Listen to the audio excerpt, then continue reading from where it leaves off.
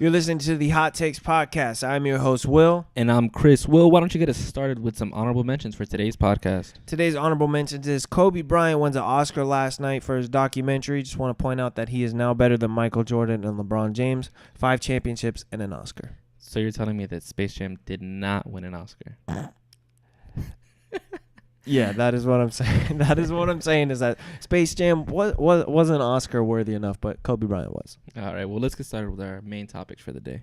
All right, our main topics, we got a lot to talk about. NFL Combine wrapping up this week. We're going to talk about Shaquem Griffin.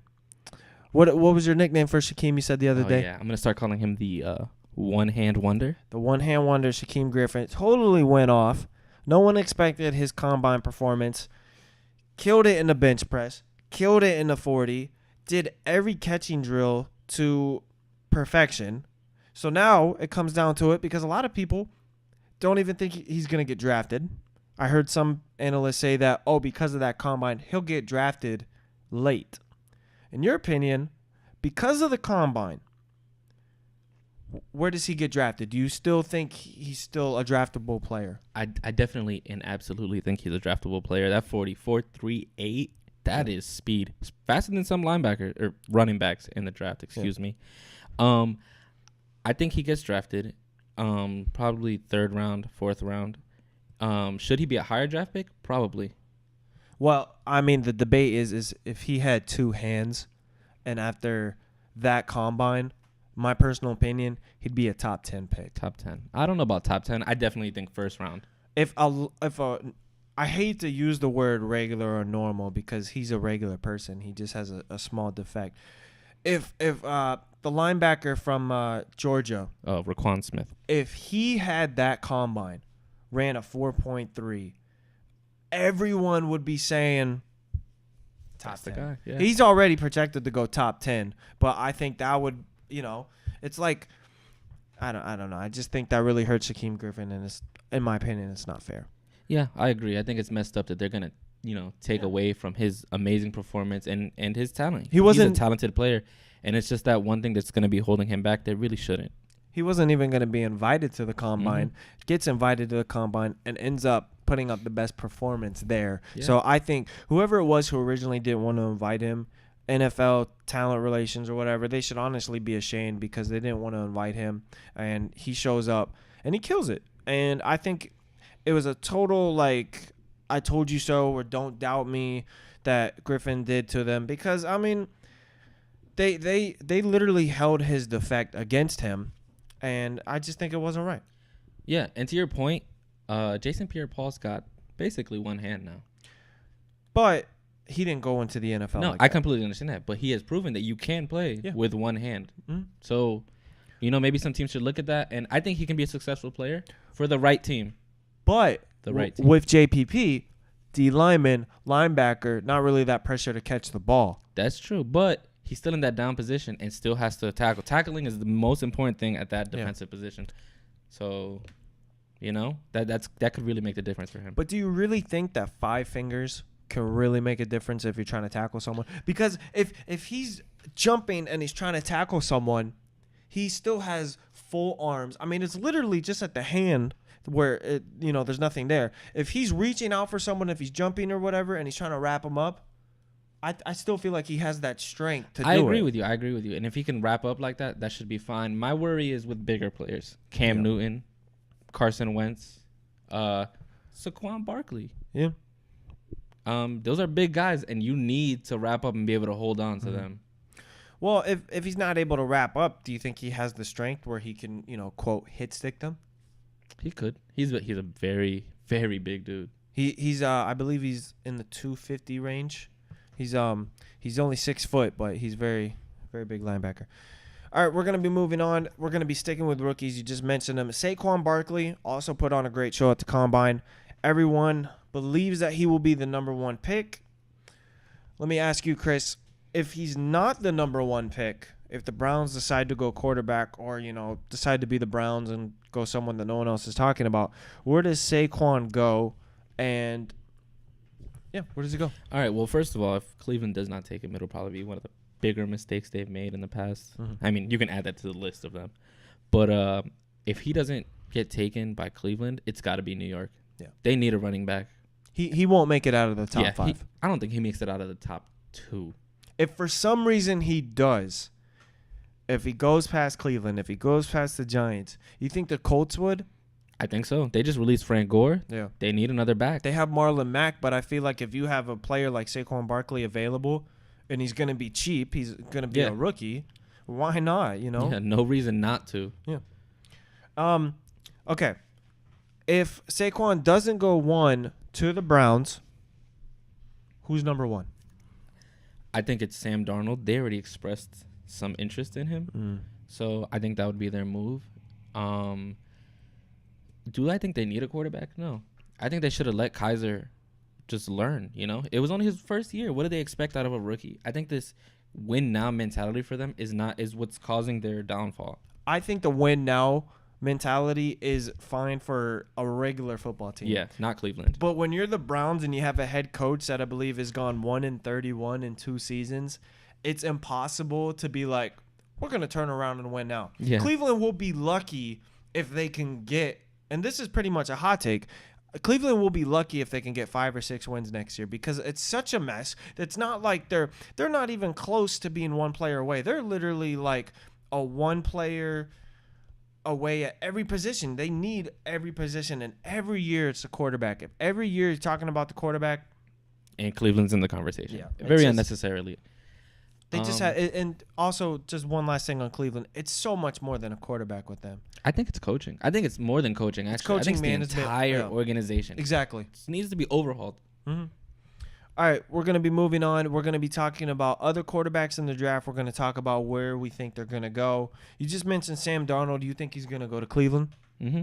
Okay, well, some of the big names, a lot of mock drafts. You see Josh Allen from Wyoming. He's really blowing up ever since, you know, the whole video of him on his knees. He threw the ball supposedly 90 yards. Do you think that helps his draft stock? I mean, a video of him doing that, yeah, you know, the deep ball is impressive in the NFL. You know, you want an explosive offense and everything. Do you think that Josh Allen's video of him throwing it 90 yards on his knees, do you think if you were a team, you would be like, wow, you know, we got to get this guy. He can throw a ball like that. If I was a GM, that wouldn't be what makes me, let me go draft him. Is it impressive? Yeah. Sure. Why not? Well, you know? could, you know, if he's your quarterback, you could snap the ball and then him just drop to his knees and throw Yeah, you it. know, why not? Mm-hmm. Okay. But I think there's a lot of good options in this quarterback class. Very deep. So we can see what happens. Okay, so like I said, we're going to go through and we're going to talk about where we think they're going to go. You already have Sam Darnold going to the Browns. So Josh Allen, if the Browns take a quarterback, where does he go?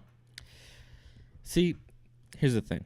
Because if you think about the top 5, he's not going to go to the Giants. Could they possibly take Barkley? Mm-hmm. Number 3 is the Colts, and I believe number 4 is the Browns, and then number 5 is Tampa. Well, here's my thing. If the Giants do decide, if Cleveland does take Darnold, why doesn't New York take Josh Allen? Eli's coming to the end of his career. I mean, we saw he was benched for a reason, you know? So why doesn't he go to New York? Indianapolis could take him. Andrew Luck hasn't played in how many years? 2? Yeah, but you have Andrew Luck, but then you also, well, he did play some in the 2016 season, but That's it was true. towards the end. But with Indy, I just don't see him taking a quarterback because you have Andrew Luck possibly, but you also have Jacoby Brissett. Jacoby Brissett's only going into his 3rd year. Okay, so then that leaves us with Denver. Do you think Denver moves on him? Denver's picks. Sorry, I said the Bucks were number 5. It's actually Denver. I think if Josh, honestly, I don't think it matters who the quarterback is. I think if Denver doesn't land one in free agency, if I had to pick, I think it would be Josh Allen if Darnold's gone. I think those, in my opinion, Allen and Darnold are the top 2 guys. So I think Josh Allen would go to Denver if he was available.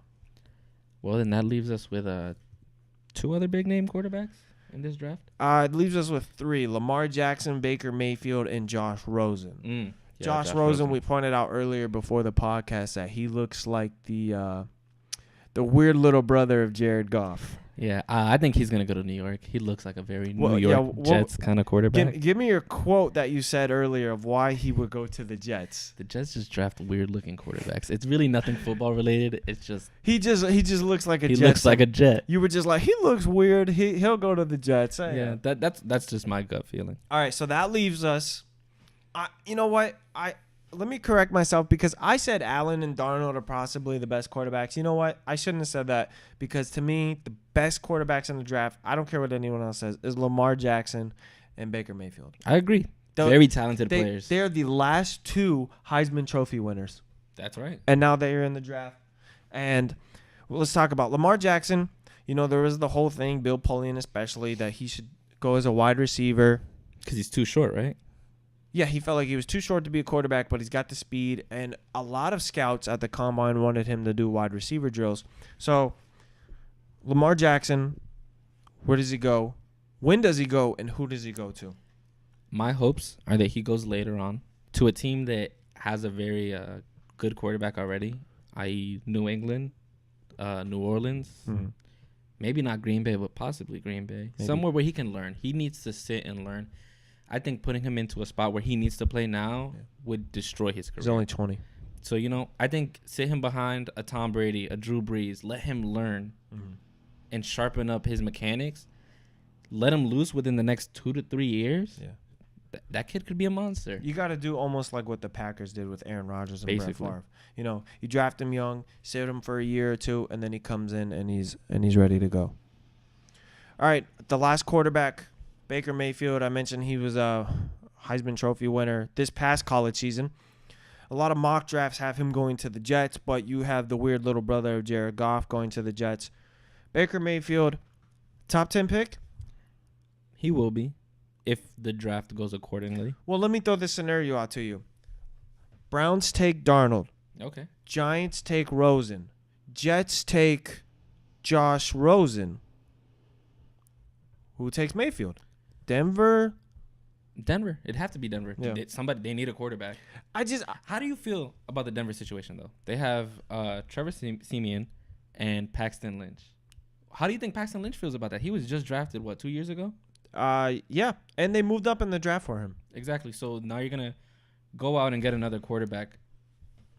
I just feel like John Elway, great quarterback, Hall of Fame quarterback. He's done a great job as a GM. I just feel like because he's a quarterback, he's almost quarterback desperate and feels so much pressure to get a franchise quarterback that he's just trying so hard. You move up. See that. Yeah, you move up to get Paxton Lynch, it doesn't work out. You got Trevor's cinnamon rolls that you're trying to, that just doesn't work out with. And then you try to bring Osweiler back, because Osweiler was decent when you had him, so you bring him back. That doesn't work out. Now it's, you're going to move up in the draft again. Well, you don't have to move up, but it's like you're going to draft another quarterback. It's just, you're getting too close to being like the Browns where you're just wasting draft picks getting a quarterback when you could be building on other sides of the ball. Yeah, I agree. I mean, I think the problem with them is that the last time they really won, they had Peyton. Yeah. So they feel like they need a decent quarterback to actually be able to win. Well, that kind of covers the big-name quarterbacks. No disrespect to any of the quarterbacks we're leaving out, like J.T. Barrett, etc. We're just talking about the big names that possibly could go in the first round. Next, we're going to move on and talk about the players that are in the pros. We're going to talk about some free agency frenzy that's about to go on March 12th through the 14th. It's going to be pretty hectic. We heard recently that the Steelers are planning to franchise tag Le'Veon Bell. We talked about it on our first podcast that, the whole thing, if they do, if they don't, can they replace them? Let me get your take on it. Steelers franchising Le'Veon Bell, good decision or no? For them, it was a good decision. And I think this was the best possible outcome for Le'Veon Bell this offseason because there's a very deep draft class of running backs. Yeah. We have a lot of running backs in free agency. Mm-hmm. He wasn't going to get paid exactly what he wanted. Yeah. He wants that big money, and he wasn't going to get it this year. So take the franchise tag. What is it worth? 20-something mil? I believe 25. So that's 25 mil this year alone. Yeah. Take it, man. I do think they need to part ways eventually. Are they just going to keep franchise tagging him for I the think rest it'll of his be career? the third year in a row. So, I mean, it benefits the Steelers the most because they franchise tag him and it just gives him the money then and there. They don't have to pay him next year. I just feel like I've said it earlier. I just feel like between their two biggest offensive weapons, which is Antonio Brown and Le'Veon Bell, I feel like they franchise tag Bell and not Brown because I feel like they know they can't replace Antonio Brown. He's a once-in-a-lifetime player. He's a great wide receiver. Dude is unreal. I feel like they can replace Le'Veon Bell. They just don't want to. So they put the tag on him so that way they can keep Brown. I said in the first podcast, with the great O-line, the great pass attack that they have, and, the running, not only is the running back class deep this year, but they also have James Conner, who's another good running back. I just feel like, they franchise tag him, so it guarantees they stick them together. But I feel like, I don't know. Le'Veon Bell to me sounds like he's just getting greedy. I think so. I mean, deservedly so. Best running back in the league, possibly. Maybe not. Possibly. Todd Gurley would argue. Todd Gurley is coming up. So he deserves the money. He's a big part of that offense. Is that not true? I think he isn't. One of his cases could be, look at the AFC Championship 2016 in New England. Le'Veon Bell wasn't in it, and the Steelers weren't even in that game. That's true. I feel like the Steelers are only dangerous literally when Roethlisberger, Brown, and Bell are all there. I mean, they need those three. So I think they just, especially with Roethlisberger's career possibly ending whenever, I feel like they just want to keep those two with him for whatever it takes. I see what you're saying. Just give him what he needs while he's there. Yeah, they need to keep his strong weapons because Roethlisberger is brutal with those two guys. So, you do whatever you can to keep your winning team together. Next, we're going to talk about, this is probably one of the most exciting. It's been a while since we've had a really big name quarterback in his prime. I mean, I believe Cousins is only 28. That's ridiculous. That, he's in the prime of his career, and we're going to call this subject Cousins. Does he want the money or does he want the wins? The money is going to be the Jets because it's down to pretty much the Jets or the Vikings. So it's going to be down to the Jets or the Vikings. Does he go for the money or does he go for the wins? See, I think he's going for the money. This guy's enjoyed those franchise tags, man. He still drives a van that his grandmother sold him back when he first started playing football in the league and has never bought a new car. Mm-hmm. I mean, look, no matter how humble you are, you don't think even a Corolla would be nice? A nice upgrade over a 1994 minivan? Well, the thing is, do you really think he's going to go for the money? I mean, the dude has been franchise tagged in back-to-back years. It's a lot of money. I mean, I'm sure Cousins isn't struggling. He's got a lot of money in the bank. He said in an interview Super Bowl weekend that it's the first time in his career he's had the opportunity to choose where he wants to play. He wants to win. You don't think that Cousins thinks at all like, if I go to the Vikings, they got to the NFC Championship with Case Keenum. If I go there, I could be a little better. You don't think he thinks that? You think he's just going for the money? I would hope so. Yeah. I always hope that players want to win. Mm-hmm. I think winning is more important than the money, but I also stand with the players who do want the money and deserve it. So I think his best spot would be Minnesota. Yeah. For winning. Yeah. I think if he wants the money, go to Cleveland, go to the Jets, go to whoever wants you then. But it's either Minnesota or it's going to be Denver. The teams with the two best defenses. So I think that's where he's got his best shot at winning. Okay. Well, we can go a little more in depth on Cousins.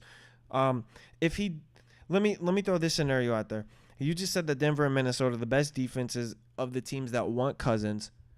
Which team is literally, the quote, a quarterback away from the Super Bowl? Minnesota. Minnesota. No question. Yeah. I think Denver needs more than just him to win a game. Possibly Talib leaving too. Yeah, Talib could be heading out. It's not a good look for them right now. Minnesota got there with Case Keenum, who, in my opinion, is nothing special. Mm-hmm. Kirk can do it. I think he really can. I think they beat all those teams that are in their way. They give Green Bay competition. You think more than before? You think if the Vikings have Cousins and they get Cook back, do you think that team is good enough to win the NFC North again. It was good enough last year, but Rodgers was out most of the year. If they have Cousins, is that team good enough to beat Rodgers? Easily. I think they are. I think they are the better team in that division if they get Kirk Cousins. Not because of him, but because now they have a solid quarterback. They already have the best defense. No in the real division. issues. They have the better defense. I mean, I don't see why not. I don't see why you don't give them the crown already. Okay, one more thing with Cousins. If Cousins is the quarterback for the Vikings in 2018, this is a hot take. Vikings, Cousins, Super Bowl bound or no? Yes. You think Hot take. at least get there? I think they can get there. I think the performance in last year's NFC Championship game, like I've said millions of times before, it was a rare occurrence. They didn't show up. They were out of place. They did not look like that Minnesota defense that was dominating teams all year long. Yeah. So I really think that they can make a move with Cousins and finish it off. Yeah. Get there. Could they beat my Patriots? I don't think so. But they can get there. Yeah. And that's the point. I mean, the NFC is definitely one very even competition conference. Since we got the time to talk about the Vikings, if they don't get Cousins, say, it's too expensive, it's going to affect us signing other key players. If they don't get Cousins, who's the guy they go with? And tell me what you think they'll be like with whoever they get. I have no idea what they're going to do. Because they don't get Cousins. It's clearly not going to be Teddy. Teddy Bridgewater said recently he feels disrespected that the Vikings didn't offer him a contract. He's already was in Indianapolis for the Combine discussing potential starting quarterback positions. So if it's not Teddy, if you were the Vikings, who would you rather have? Would you rather get Bradford back healthy? You got a good O-line now. Or would you rather get another year of Keenum, even though, quote, he's nothing special? I think, and like I said, he's nothing special, but probably Keenum. Just because his health issues aren't as serious as Bradford's. He's never had health issues. Exactly. Bradford, on the other hand, he's got too many injury problems. Every year he's hurt with the knees and or something. You can't count on him for a full year. Yeah. Even if he's got a good old line, like you said, you run that risk. Bradford doesn't really have a mobility factor. So, to you, Vikings Cousins equals Super Bowl bound. There's no Teddy. That looks like it's gone in the quote era, as some Viking fans would say. So if they have Bradford or Cousins, to you they're stuck in that not getting past the playoffs. Yeah, I think so. I think they need a good quarterback. They don't need a great quarterback. A good. Well, quarterback. let me point this out real quick. You talk about that NFC Championship game, Vikings Eagles. You always talk about the defense, that they weren't dominating and that they didn't show up. What do you think would have happened if Cousins was in that game? I think so. Here's my thing. After Keenum threw that pick, I think it was downhill for him. Yeah. His confidence was shaken, and he just wasn't in the game. Yeah. So I think Kirk can throw a pick and get over it. I don't think he'll be hung up on it like Case seemed to have been in that game. And I think that'll give the defense a chance to get their stuff together. Yeah. All right, well, let's move on. We discussed the whole quarterbacks and everything that's going on in Minnesota. We got Jarvis Landry is expected to sign the franchise tag with the Dolphins, and they are expected to trade him. So let me get this real quick. If Jarvis Landry is traded, who do you think wins the trade? Do the Dolphins win the trade, or does Landry win the trade by moving on to another team? Who does it benefit more if he gets traded? I think it's going to benefit both. I don't think there's going to be a clear winner of this. I do think it's time for them to move on from each other. Yeah. Landry obviously wants to leave. He wants to go somewhere else. His agent is pursuing trades. Yeah.